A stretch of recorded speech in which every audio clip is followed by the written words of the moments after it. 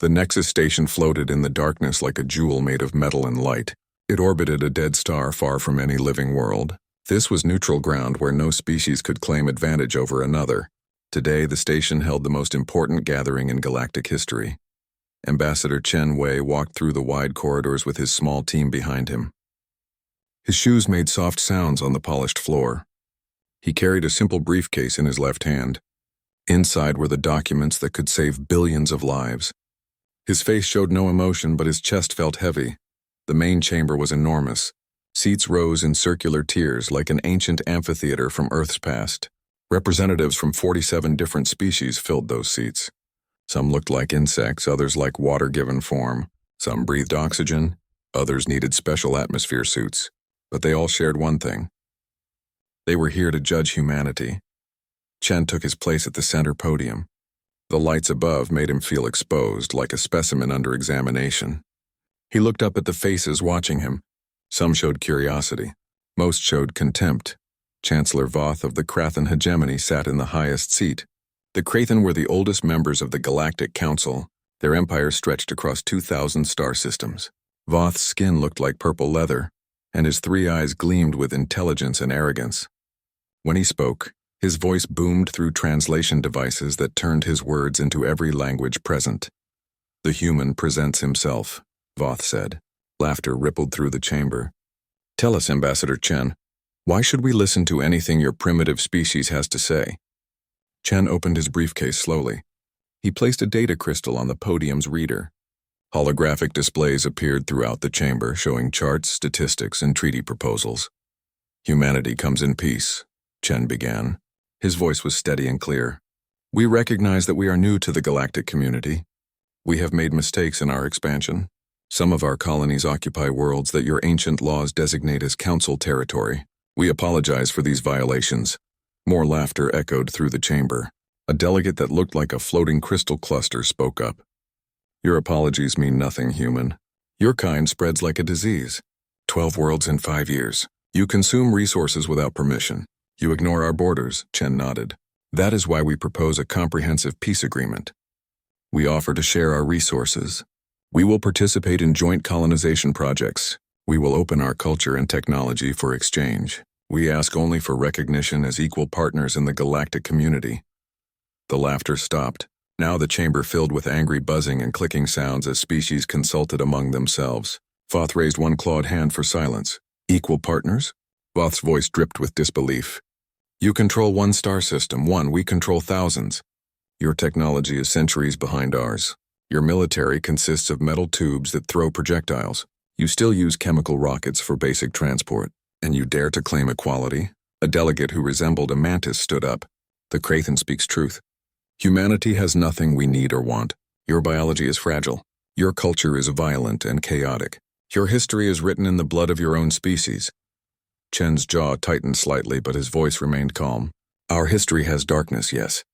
We do not deny this. But we have learned from our mistakes. We unified our world after terrible wars. We chose cooperation over destruction. This is why we extend this offer now." Voth leaned forward. "You misunderstand your position, human. You are not here to negotiate. You are here to receive our judgment." The Chancellor pressed a control and new images replaced Chen's proposals.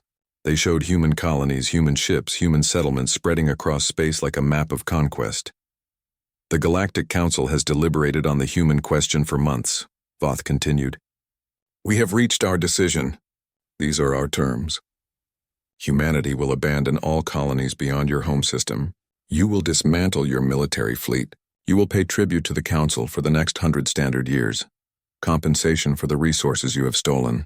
You will accept Council observers on Earth to ensure compliance. You will share all your scientific knowledge with the Council. And you will accept these terms within 24 hours or face the consequences." The chamber erupted in approval. Delegates clicked, hummed, and roared their agreement. Chen stood silently at the center, letting the noise wash over him.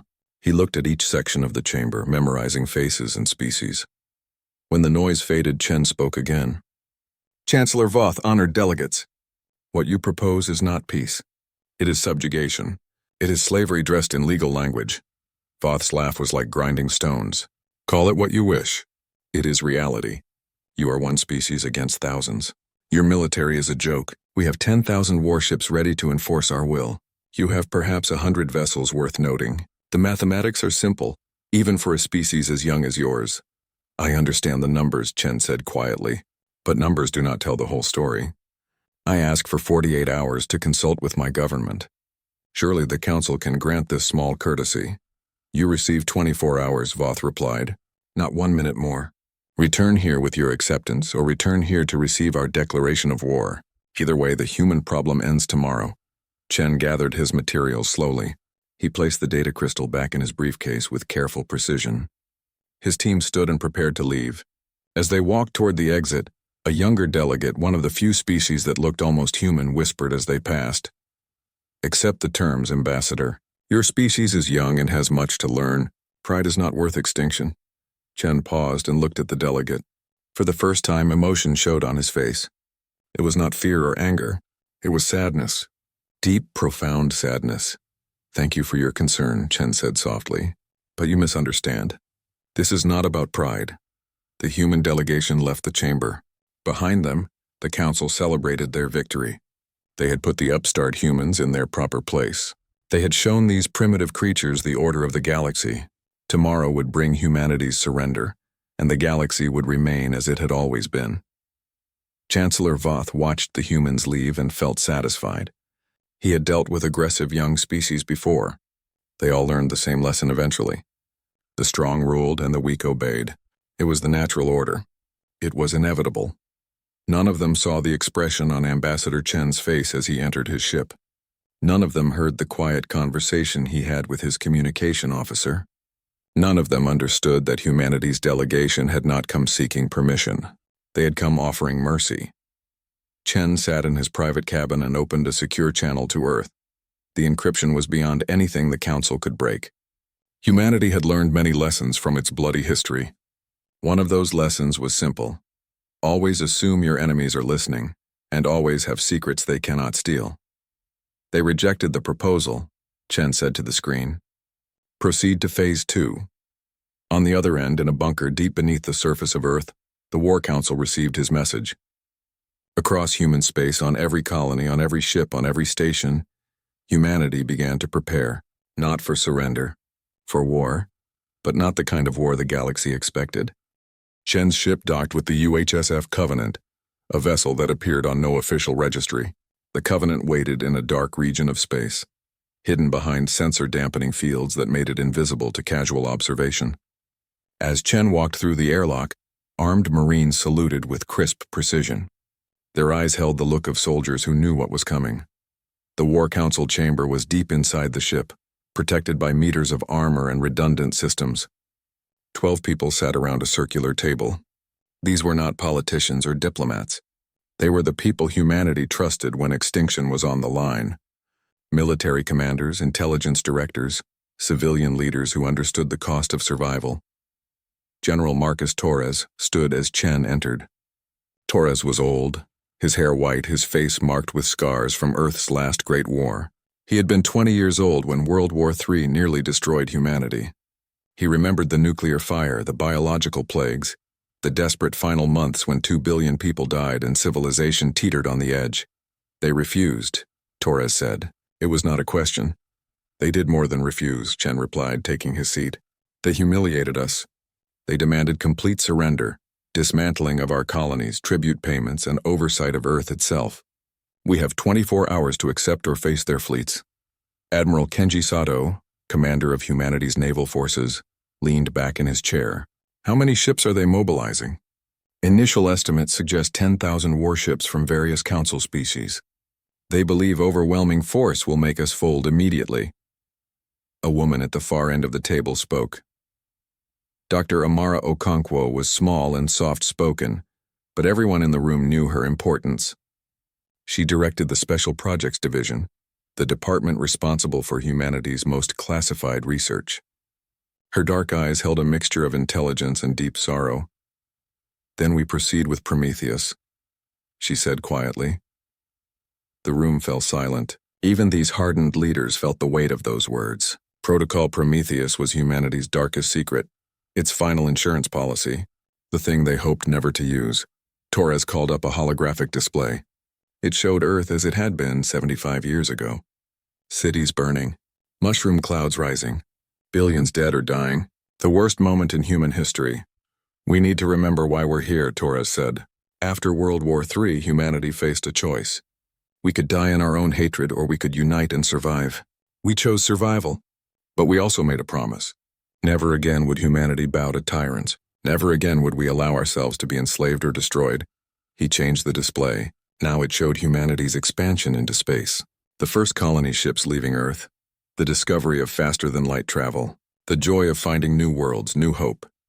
When we discovered FTL, we also discovered something else, Torres continued. We were not alone. The galaxy was full of life. For 5 years we watched from the shadows. We listened to their communications. We studied their societies, their technologies, their wars. Chen took over the explanation. What we learned terrified us. The Galactic Council is not a democracy. It is an oligarchy of old species who control resources and dictate terms to younger races. Species that resist are destroyed. Species that comply become permanent underclasses, serving the Council for generations. Admiral Sato added, we also learned about their military doctrine. They rely on energy weapons, shields, and numerical superiority. They fight wars of attrition, using their vast resources to overwhelm opponents. They have not faced a peer competitor in 3,000 years. They have grown comfortable, complacent. Dr. Okonkwo stood and walked to the display. She changed it again. Now it showed technical schematics that looked alien and terrible. During the dark days after World War III, humanity's best scientists worked on ultimate weapons. Not just nuclear bombs, but reality itself. We learned to manipulate fundamental forces. Gravity, dark energy, quantum fields. Her voice grew quieter. We learned how to weaponize stars. The display showed a sun, stable and life-giving. Then it showed what happened when certain particles were introduced into the stellar core. The fusion process accelerated. The star expanded. Within hours, it went supernova, destroying everything in the system. For 20 years, every human exploration ship has carried special payloads, Okonkwo continued.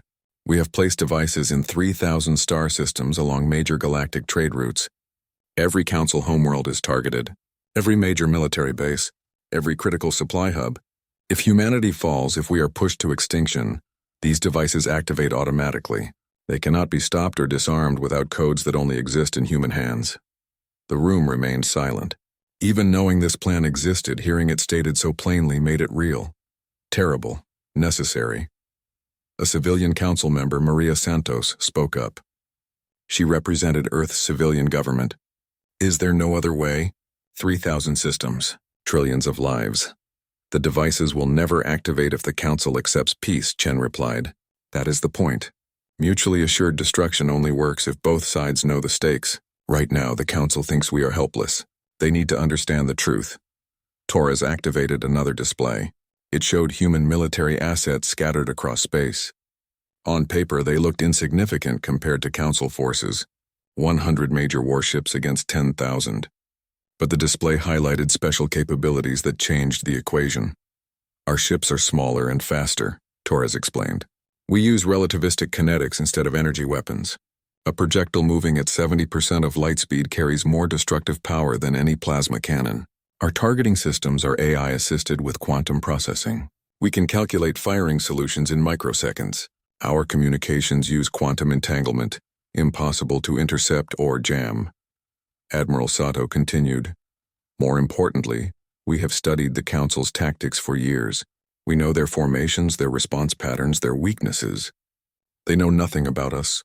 We have the advantage of surprise, superior information, and soldiers who understand what they fight for. The Council fights for territory and resources, Chen said. Our people fight for survival, for freedom, for the right to exist without bowing to masters. There is no comparison in motivation. Dr. Okonkwo sat down again, looking exhausted. I have spent 10 years developing Protocol Prometheus. I have had nightmares about it every single night. The thought of being responsible for so much death makes me sick. But I remember the history files. I remember what happened to species who trusted in the mercy of conquerors. There is a reason the galaxy has so many extinct civilizations. Torres looked around the table. We all understand the stakes. In 24 hours, Chen will return to the Nexus station. He will deliver our response. Not surrender. Not compliance. One final offer of genuine peace. If they refuse, we go to war. If they push us too far, we reveal Prometheus. Are there any objections? No one spoke. These people had been chosen because they understood hard choices. They had all lived through Earth's darkest days. They knew what happened when good people chose submission over resistance. Then we are decided, Torres said. Chen, you will offer our original treaty one more time. You will make it clear this is their final opportunity. Dr. Okonkwo, you will prepare the Prometheus broadcast just in case. Admiral Sato, you will move our fleets into defensive positions around our colonies. If they attack, we make them pay for every inch of space. The meeting ended. As people filed out, Chen approached Dr. Okonkwo. She stood alone at the display, looking at the star system simulations. We are about to become the most feared species in galactic history, Chen said softly. I know, Okonkwo replied. Sometimes I wonder if we are the monsters in this story. We gave them a choice. We offered peace first. That makes us better than monsters, does it? We are threatening to destroy thousands of worlds. Chen was quiet for a moment. My grandmother survived World War III. She told me something I never forgot. She said the worst thing about surviving is knowing you could have prevented it. The people who started that war thought they would win. They thought their enemies would back down. They were wrong, and billions died because of their arrogance. We are giving the Council a chance to learn from our history. If they refuse to learn, the responsibility is theirs. 23 hours later, Chen's shuttle approached Nexus Station again. This time he carried no briefcase full of proposals. He carried only one message. Humanity's final offer. Behind him, across human space, military forces prepared for war. Soldiers checked their weapons. Ships moved to strategic positions. Civilians on the colonies prepared emergency shelters. Everyone knew what was coming. In the War Council chamber, Dr. Okonkwo sat before a recording device. If Chen's message failed, if the Council chose war, she would broadcast humanity's terrible secret to the entire galaxy. The sword hanging over civilization would be revealed. She hoped it would not be necessary. She prayed the Council would see reason, but she was ready to do what was needed. They all were. That was what made humanity dangerous. Not their weapons, not their technology, their absolute willingness to do whatever was necessary to remain free. Ambassador Chen stood before the Galactic Council once more. The chamber felt different now. The delegates sat forward in their seats, eager to hear humanity's surrender. Chancellor Voth wore an expression of satisfaction, his three eyes gleaming with anticipated victory. Ambassador Chen, Voth announced, your 24 hours have expired. Present your government's acceptance of our terms. Chen reached into his jacket pocket and removed a single data chip. He placed it carefully on the podium. His movements were slow and deliberate, like a priest performing a sacred ritual. Humanity has considered your terms carefully, Chen said. His voice echoed in the vast chamber. We find them unacceptable. Instead, we reaffirm our original proposal for mutual cooperation and shared prosperity. We urge you to reconsider. This is your final opportunity for peace. The chamber exploded in outrage. Delegates shouted in dozens of languages. Translation devices struggled to keep up with the chaos. Voth raised his hand for silence, his purple skin darkening with anger. You dare refuse? You insignificant creatures dare to threaten the Galactic Council? We threaten no one, Chen replied calmly. We simply decline to become slaves. There is a difference. Voth stood, his full height making him tower over the chamber. Then you choose extinction. The Council hereby declares a state of war with humanity. Our fleets will reduce your colonies to dust. Your homeworld will be occupied. Your species will learn the price of arrogance. You have 48 hours to evacuate civilians before our forces arrive. This is more mercy than you deserve. Chen picked up his data chip and placed it back in his pocket. I am sorry you have made this choice, Chancellor. History will judge which of us showed arrogance today. The human ambassador walked out of the chamber for the last time. Behind him, the Council celebrated. They had been generous, they told themselves. They had offered terms. They had given warnings. Now they would demonstrate the price of defiance. 3 days later, the first Galactic Council fleet arrived at New Nairobi, humanity's largest colony outside the Sol system. The fleet was commanded by High Admiral Zex of the Vorton Collective. Zex was a veteran of 30 military campaigns. He had broken rebellions, destroyed pirate fleets, and enforced council law across hundreds of systems. His fleet consisted of 800 warships, dreadnoughts the size of cities, carriers that launched swarms of fighters, cruisers bristling with plasma cannons. It was enough firepower to sterilize a planet. Against one human colony, it seemed like overkill. "This will be quick," Zex told his officers. "The humans have no significant military presence here. A few orbital platforms, maybe some ground-based defenses. We will demonstrate overwhelming force and they will surrender. We might not even need to fire a shot." The fleet emerged from FTL at the edge of the new Nairobi system. Sensors immediately began scanning for targets. What they found confused them. The colony itself showed up clearly. Cities on the surface, orbital stations, civilian traffic. But the military defenses were minimal. A dozen platforms in orbit, armed with what looked like primitive railguns. A handful of small patrol ships. Nothing that could threaten a fleet of this size. "Is this some kind of trick?" one of Zex's officers asked. "Intelligence said the humans were preparing for war. Perhaps they evacuated their forces," Zex replied. "Or perhaps their military is even weaker than we thought. Proceed with the attack. Target the orbital platforms first." The fleet advanced in standard formation, dreadnoughts at the front, their shields glowing with protective energy, support vessels behind ready to provide covering fire. It was a formation that had worked for centuries against countless enemies. When they reached weapons range, the orbital platforms opened fire. Magnetic accelerators launched projectiles at incredible speeds. The slugs were simple metal rods, nothing sophisticated. They struck the lead dreadnought's shields and were absorbed harmlessly. "Return fire," Zex ordered. "Disable those platforms." Plasma cannons lit up the darkness of space. Brilliant streams of superheated matter crossed the distance to the human platforms. The first volley should have destroyed them all. But something impossible happened. The human platforms moved. They accelerated with sudden bursts of thrust, dodging the plasma streams with precise timing. Their movements were too fast, too coordinated. No organic crew could react that quickly. "They are using automated systems," an officer reported. "AI-controlled defensive networks." Before Zex could respond, the second wave of railgun fire came. But these projectiles were different. They were smaller, faster, and there were thousands of them. They spread out in a cloud overwhelming the dreadnought's tracking systems. The impacts came like a storm of meteors. Each projectile was tiny, but at relativistic speeds they carried devastating kinetic energy. Shields flickered and failed under the assault. Armor plating cracked. Systems went offline. The lead dreadnought's hull ruptured in 3 places. "Impossible," Zex whispered. "How can they calculate trajectories like that?" The answer came from New Nairobi's surface. Hidden installations that had looked like civilian structures revealed their true nature. Massive electromagnetic launchers began firing. They hurled projectiles the size of buildings into space. Each one was a guided missile, accelerating to 70% of light speed before hitting its target. The second dreadnought disappeared in a flash of released energy.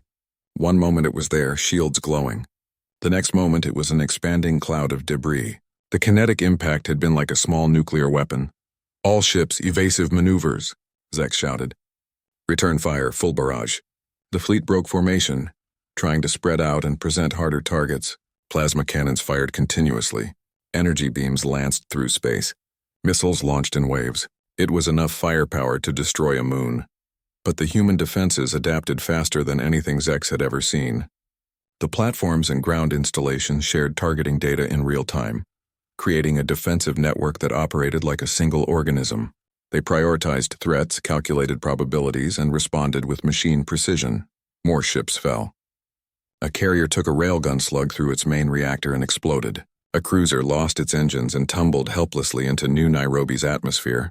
Fighter squadrons launched, only to be cut down by point defense systems they could not see coming. And through it all, a message broadcast continuously from the colony. "We do not wish to fight. Please withdraw your forces. We offer terms of peace." Zex could not believe what he was seeing.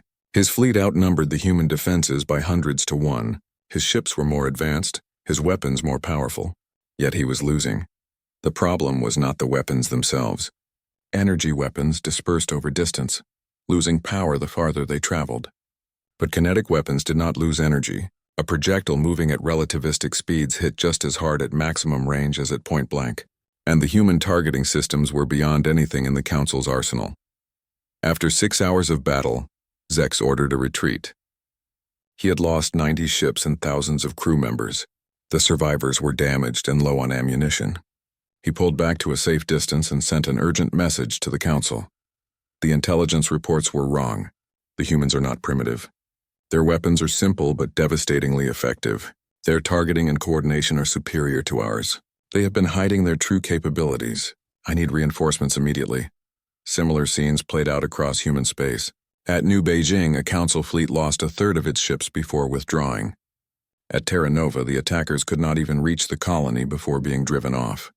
At Proxima Station, human defenders lured the enemy into a minefield of autonomous drones that hunted ships with terrifying efficiency.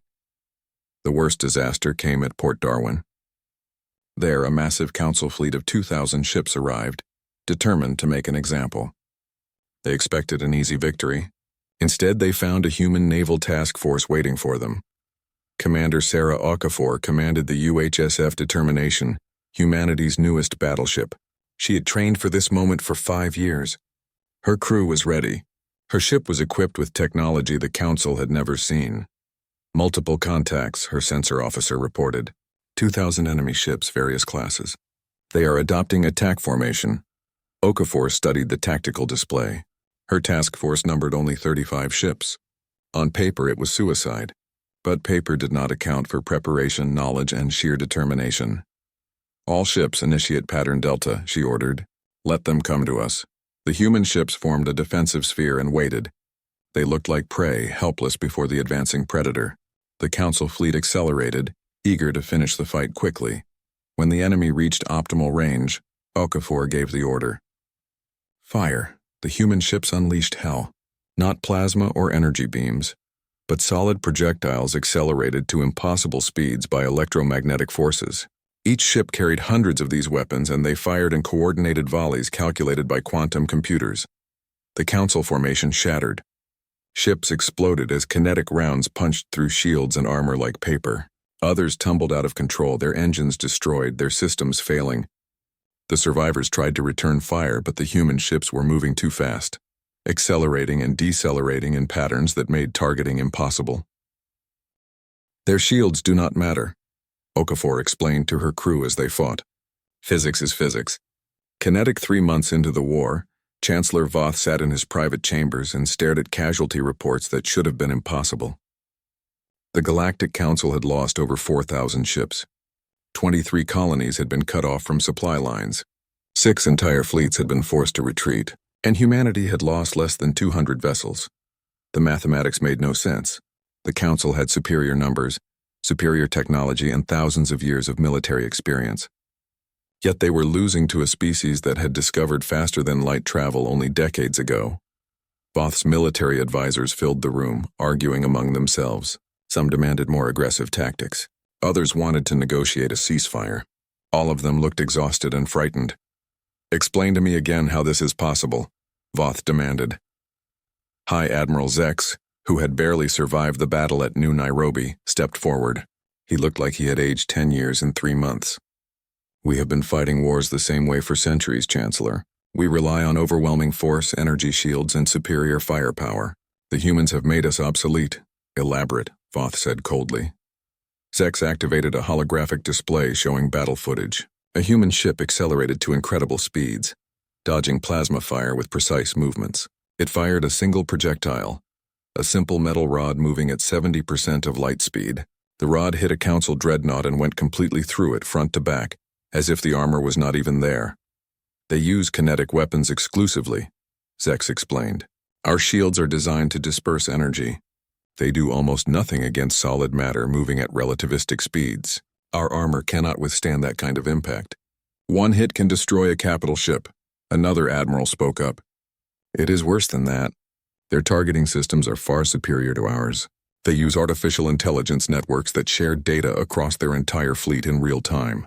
They predict our movements before we make them. They exploit weaknesses in our formations that we did not know existed. And their tactics, Zex continued, are unlike anything we have encountered. They avoid direct confrontation when they can. They strike supply lines, communication relays, isolated patrols. They force us to spread our forces thin. then concentrate their attacks on single targets. They are fighting a guerrilla war in space. Voth slammed his fist on the desk. They are one species. We are 47. How can we not overwhelm them through sheer numbers? Because they are not fighting like a species trying to conquer territory, a younger officer said quietly. They are fighting like a species fighting for survival. Every engagement they broadcast offers to negotiate. They take no prisoners because they cannot spare the resources. They destroy our ships but avoid civilian targets. They are trying to hurt us enough that we will stop, but not so much that we cannot recover. The room fell silent. The implications were disturbing. Humanity was not trying to win the war. They were trying to make it too expensive for the Council to continue. What about their homeworld? Voth asked. We have the coordinates for Earth. Send a fleet to destroy it. Force their surrender. Zek shook his head. We tried, Chancellor. Last month. A fleet of 1,500 ships was assembled for a direct assault on the Sol system. They never returned. What happened? According to the only escape pod we recovered, they encountered defenses we could not have imagined. The asteroid belt between Mars and Jupiter was actually a massive minefield of autonomous weapons. The moon was covered in railgun installations, and the humans had 50 warships waiting, using the sun's gravity well to slingshot themselves at incredible speeds. The fleet was massacred. Voth stood and paced the room. Then we increase our commitment. We mobilize every ship, every soldier, every resource. We crush them absolutely. Chancellor, an advisor said carefully, we are already straining our economy. Member species are questioning the cost of this war. The humans have destroyed enough of our cargo vessels that trade has been disrupted. Colonies are experiencing shortages. If we commit everything to this fight, we risk destabilizing the entire Council. Before Voth could respond, an alarm sounded. A communication officer burst into the room, his face pale. Chancellor, we are receiving a broadcast. It is coming from the human command. It is being transmitted on all frequencies across the entire galaxy. Everyone will hear it. Show me, Voth ordered. The holographic display changed. Dr. Amara Okonkwo appeared, sitting in a simple chair against a plain background. She looked tired and sad, but her voice was clear and steady. My name is Dr. Amara Okonkwo. I am the Director of Humanity's Special Projects Division. I am broadcasting this message because the Galactic Council has left us no choice. We have offered peace. We have shown restraint. We have tried to minimize casualties even while defending ourselves.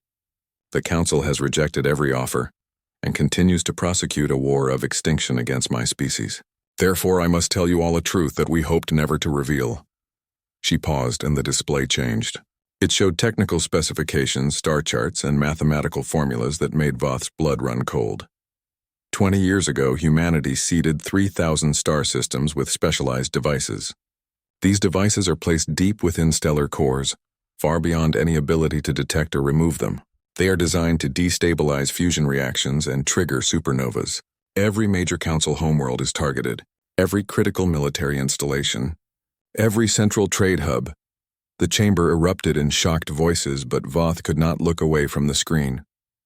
These devices are controlled by automated systems, Okonkwo continued. If Earth is destroyed, if humanity is pushed to extinction, if we lose contact with our colonies for more than 30 days, the devices activate. There is no way to disarm them without access codes that only exist in human-controlled systems. There is no way to stop a chain reaction once it begins, and there are 3,000 of them. She paused again, and now her expression showed the weight of what she was saying. This is what you call mutually assured destruction. It is a concept from our darkest days. If you destroy us, we destroy you. Not because we want to, not because we gain anything from it, but because a species that will not defend its freedom does not deserve to survive. The display showed simulations of what would happen if the device is activated. Stars going supernova, planets burning, entire civilizations wiped out in hours. Okonkwo's voice continued over the images. We do not want this. We have never wanted this. That is why Ambassador Chen came to you with offers of peace. That is why we have continued broadcasting terms even during the fighting. We want to live in harmony with the galaxy. We want to share our culture, our knowledge, our friendship. But we will not accept slavery. We will not allow our species to be subjugated or destroyed. If you push us to extinction, we will take you with us. She leaned forward, her dark eyes staring directly into the camera. To the Galactic Council, I say this. Stop the war. Accept our original terms. We can still have peace. To the people of the galaxy, I say this. We are not your enemies. We never wanted to be. We hope you will convince your leaders to choose wisely. And to my own people, I say this. I am sorry that I created such a terrible weapon, but I am not sorry that it may save us. The broadcast ended. Voth sat in stunned silence. Around him, his advisors were talking frantically, but he heard none of it. His mind was racing through the implications. If the humans were telling the truth, if they really had weaponized 3,000 stars, then the war was unwinnable. Humanity could not be destroyed without triggering galactic genocide. Even if the Council could somehow remove the devices, the process would take years. Years during which humanity would continue to fight and win.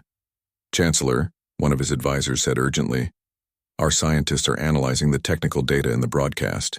They say it is legitimate. The humans have actually done this. They have been preparing for this war for 2 decades. Voth finally understood.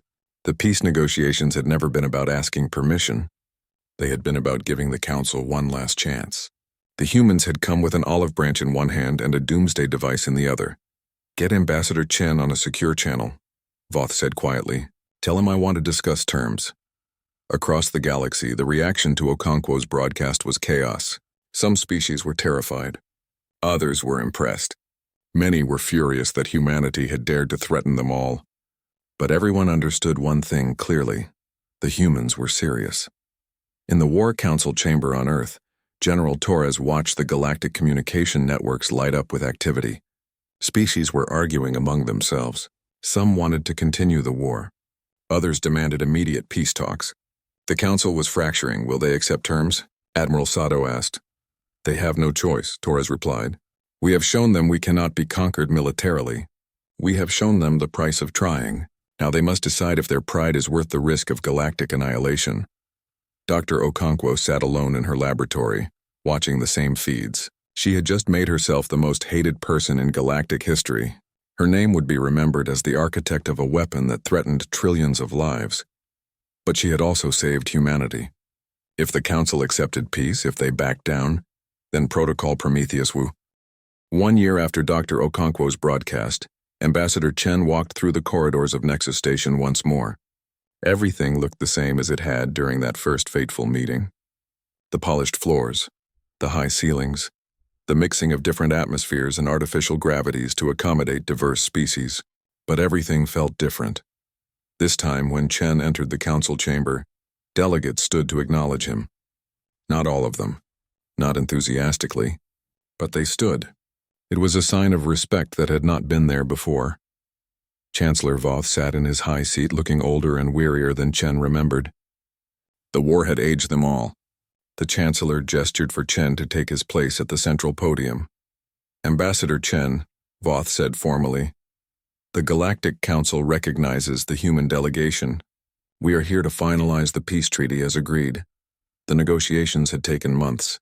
Every clause had been argued over, every word chosen carefully. But the basic structure was simple. It was Chen's original proposal, the one he had presented over a year ago. Resource sharing, joint colonization projects, cultural exchange, equal partnership. The Council had gotten nothing of what they originally demanded. No tribute, no surrender, no dismantling of human colonies or military forces. They had learned what many species throughout history had learned the hard way. Some opponents could not be bullied into submission. Chen placed the signed treaty documents on the podium's reader. Holographic displays appeared throughout the chamber, showing the terms in every council language. Representatives from all 47 species were present, either in person or through communication links. This treaty represents a new beginning, Chen said. Not just for humanity, but for the entire galaxy. We have shown that peace can be achieved between equals. That cooperation benefits everyone more than domination. That diversity of thought and culture makes us all stronger. He paused and looked around the chamber. Some faces showed genuine hope. Others showed barely concealed resentment. A few showed fear. Always fear. I know that many of you do not trust us, Chen continued. I know that Protocol Prometheus terrifies you. It should. It terrifies us too. But I want you to understand something. We created that weapon out of desperation, not malice. We looked at galactic history and saw species after species conquered, enslaved, or destroyed. We decided we would rather die free than live as subjects. That choice may seem extreme to you. To us, it is the only choice worth making. A delegate from one of the smaller council species stood. It was the same young representative who had whispered to Chen to accept terms a year ago. Ambassador, your species has achieved what you wanted. You have your freedom. You have your colonies. You have proven your strength. Will you now remove the stellar destabilization devices? Will you show good faith by dismantling Protocol Prometheus? The chamber fell silent. This was the question everyone wanted answered.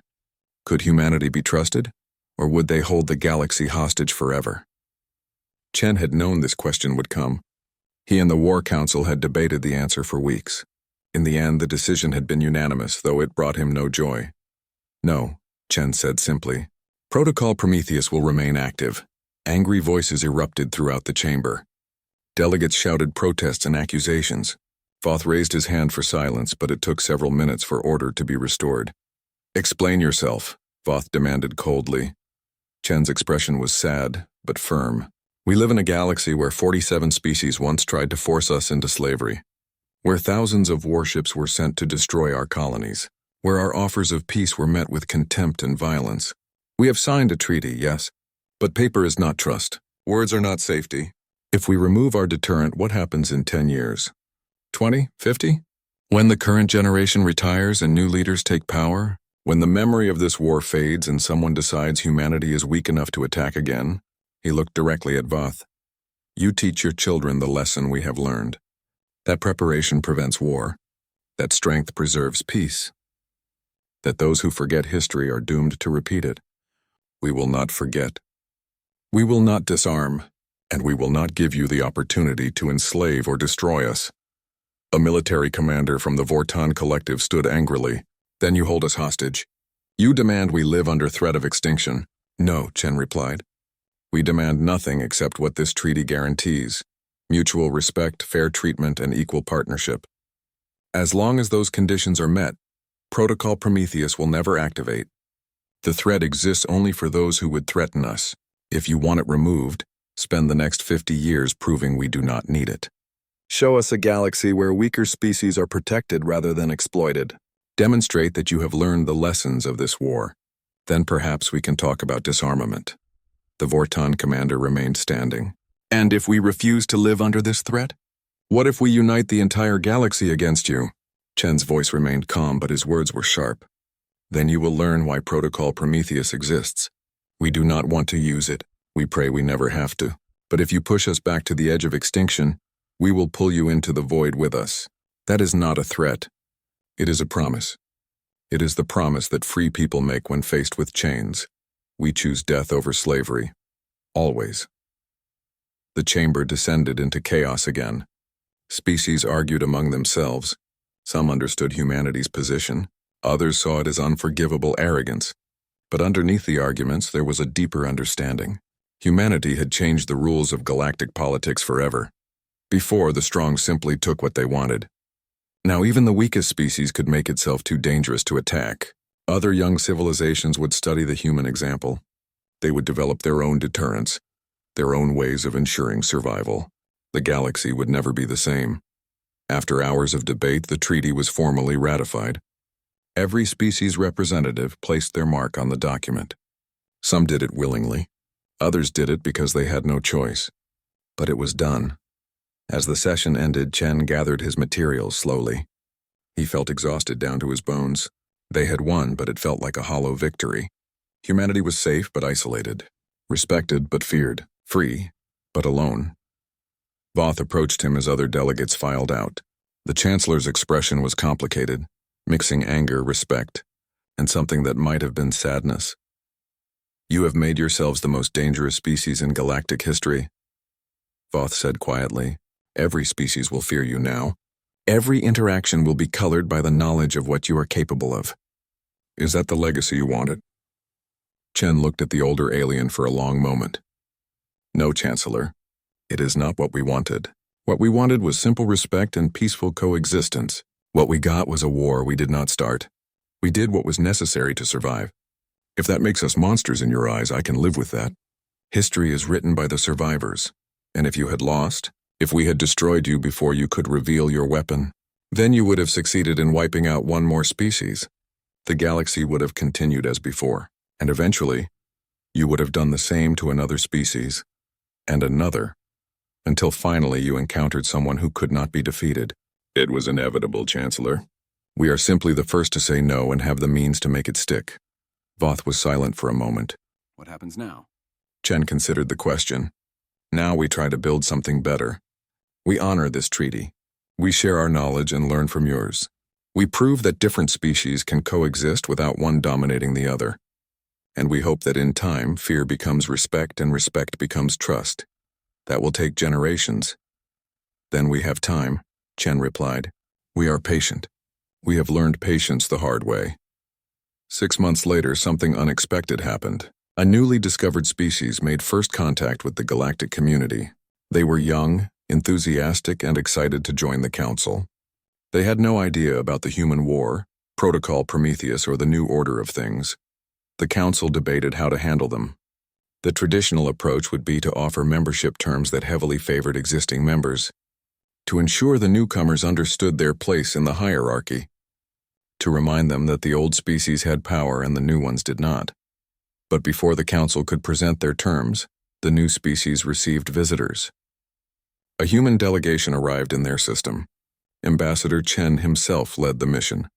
The humans offered technology, resources, and knowledge. They explained galactic politics honestly, including the dangers and opportunities. They shared their own history, including the war and the terrible choices they had made. We want you to have the tools to protect yourselves, Chen told the new species leaders. We want you to negotiate with the Council from a position of strength. Not because we want allies against them, but because we want to see a galaxy where every species is truly equal. When the new species arrived at Nexus Station for their first Council meeting, they came prepared. They had defenses designed with human help. They had economic plans that ensured independence. And they had the confidence of those who knew they could not be easily pushed around. Thank you for watching and comment for next part.